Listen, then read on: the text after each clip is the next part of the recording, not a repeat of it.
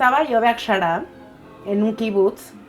Me llama una amiga muy temprano en la mañana y me dice: Liora, por favor, tengo que llamarle a la hermana de mi bobe, que solo habla yiddish, y tengo mucho miedo porque no sé si lo voy a entender, y tú te sacabas 10 en los exámenes de yiddish y de Geschichte, y necesito que estés ahí por si no entiendo yo para que me traduzcas.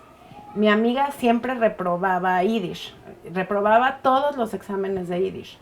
Entonces le digo: bueno, vamos, te acompaño. Y estando en la cabina de teléfono, mi amiga estuvo 1 hora o más hablando con la hermana de su bobe en un yiddish perfecto. Era un yiddish que a veces yo ni entendía las palabras ni nunca las había escuchado después de todos los años de yiddish en la escuela. Y mi amiga, que reprobaba todos los exámenes de yiddish, estaba yo muy orgullosa de un yiddish perfecto que estaba hablando, que estuvo 1 hora hablando con su tía a un nivel increíble.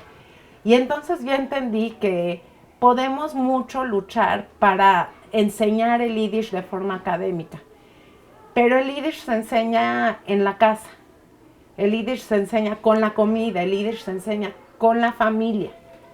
Y es un yiddish muy diferente que el yiddish que solo vamos a aprender a través de los libros y de la escuela. Y eso es lo que va a ser muy difícil rescatar, si no es que imposible.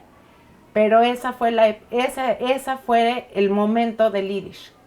Y eso fue el momento que nosotros rescatamos.